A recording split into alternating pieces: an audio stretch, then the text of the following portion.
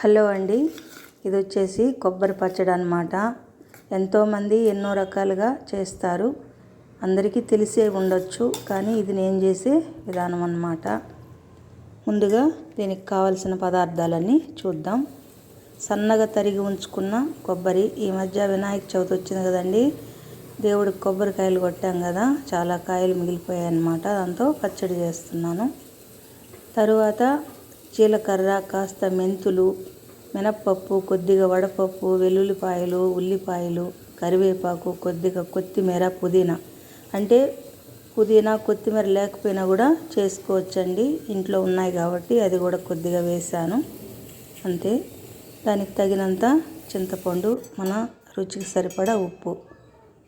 తర్వాత పెనం పెట్టి ఆయిల్ వేసి, ఆయిల్ కాస్త వేడయ్యాక అందులోనే 1 స్పూన్ ఉంటుందండి జీలకర్ర, కొద్దిగా వేయాలి మెంతులు, లేదంటే చేదు వస్తుంది. తర్వాత అందులోనే వడపప్పు, మినప్పప్పు వేసుకోవాలి. అది వేసాక ఎండుమిర్చి, పచ్చిమిర్చి, అలాగే వెల్లుల్లిపాయలు వేసుకొని కాసేపు వేగనిచ్చి తర్వాత ఉల్లిపాయలు వేసుకోవాలి.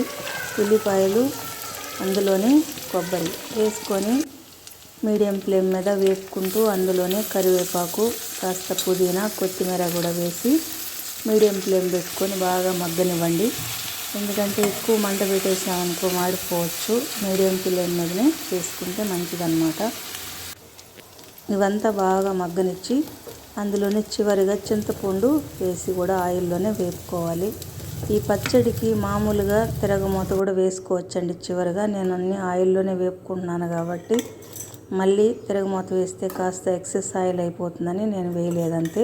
చివరిగా కూడా మనం తాళింపు కూడా వేసుకోవచ్చు, అంతేనండి. ఇది కాస్త చల్లారాక ఇవన్నీ మన రుచికి సరిపడా ఉప్పు వేసుకొని చట్నీ నూరుకోవడం అన్నమాట. అంతేనండి, కొబ్బరి పచ్చడి రెడీ అయిపోయింది.